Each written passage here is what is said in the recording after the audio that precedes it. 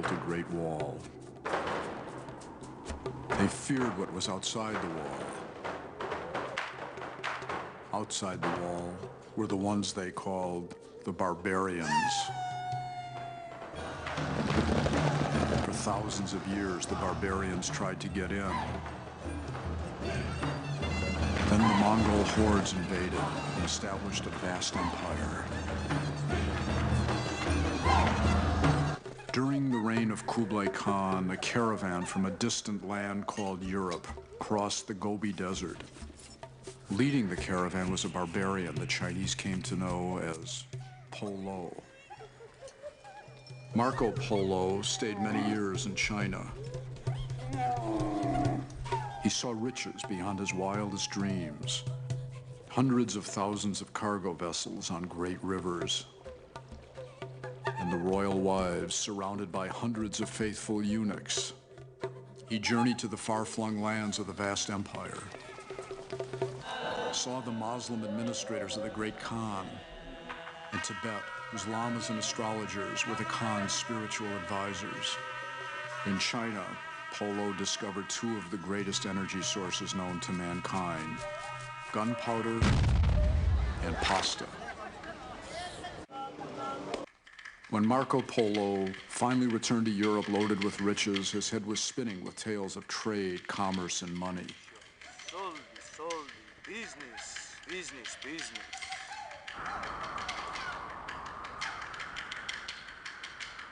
Centuries passed. Dynasty followed dynasty. And things were as they were, and as they would always be. More and more barbarians arrived. But unlike Marco Polo, they just didn't cart things away. They brought things they were sure the Chinese would like. They brought Bibles, and they brought opium. The Opium Wars were fought. The Chinese were defeated. The barbarians had a foothold on China. Suspicion turned to hatred. We became the barbarians, and we called them the heathens. In America, they were the heathen Chinese. They were the yellow peril. We were the exploiters. They were the inscrutable ones. They considered us ignorant. Yes, Mr. Hawkins. Any refreshments for your guests? Yes, 6 whiskey soda. Chop ice, chop. We considered them ignorant. Founded Asiatics insist on trying to speak English. But then, the world suddenly changed.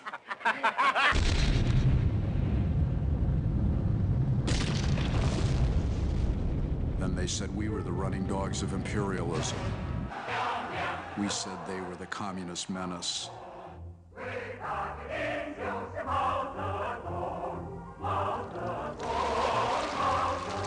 We said they were all brainwashed. And they said we were all brainwashed.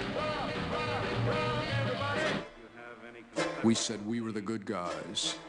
Danger of the Communist Party. And they were the bad.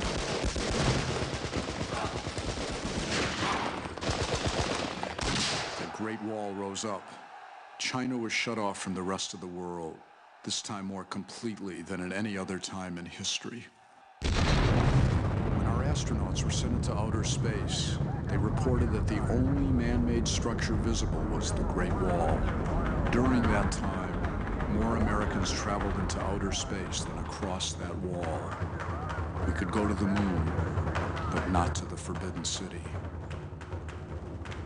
Then slowly things began to change.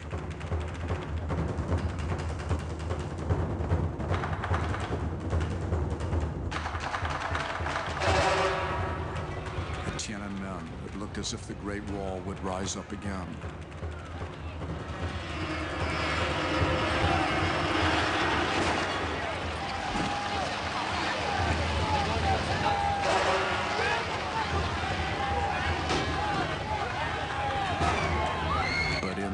Awful moment, a new age began.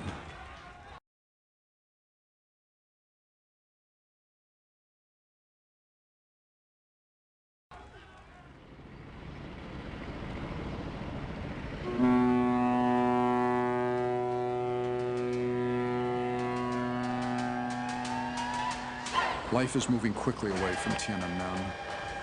China is traveling faster into the future than any other country ever has. In the next 7 years, China's population will grow by 120 million. China's economy has undergone the greatest sustained period of growth in human history. By early next century, it's likely to surpass the economy of the United States. Construction is going on 24 hours a day. Antennas everywhere connect them with the outside world. Vast modern cities, some the size of Manhattan, are being built all over China. Huge stock markets are springing up everywhere.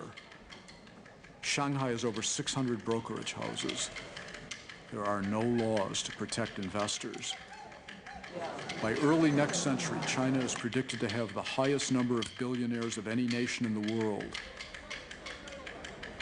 The Chinese have a saying about their future: 1 billion people, 900 million businessmen. In Shanghai alone, new businesses are being established at the rate of 5 an hour. Everyone has schemes to get rich.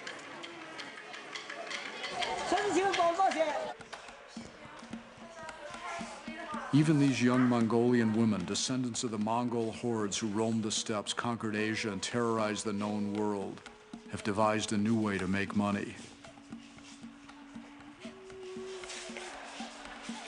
They've created a new sport: horse basketball.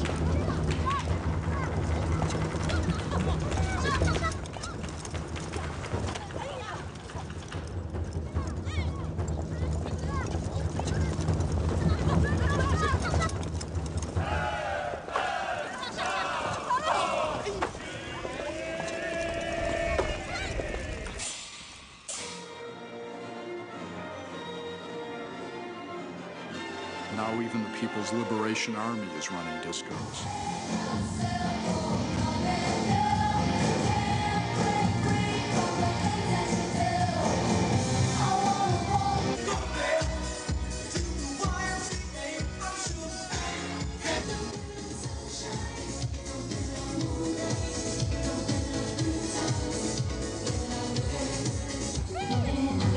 Here comes the sun. In China, we encountered swarms of businessmen and tourists. But who really knows what's going on there? A wild, uncontrolled capitalist economy is being run by a communist government. We heard the political and economic analysts talking about all sorts of explanations and answers. But what we saw is that in China, the answers may not be the answer.